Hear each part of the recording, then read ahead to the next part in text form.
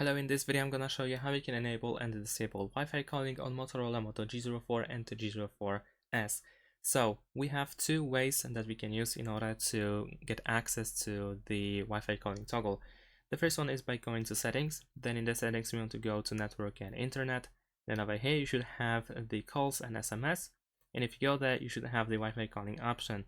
Now of course this also depends if your SIM card also supports the Wi-Fi calling or your carrier. Now we need to go to the appropriate SIM card, and then we have the option to enable and disable the Wi-Fi calling. The other way to enable and disable Wi-Fi calling is through the phone app. So we can go to the phone, in the top right corner tap on these three dots and go to settings. In the settings choose calling accounts, then choose your card, and over here we have Wi-Fi calling, which once again can be enabled and disabled. And that's it. Thanks for watching. Leave a like and subscribe to my channel, and see you in my next videos. Bye.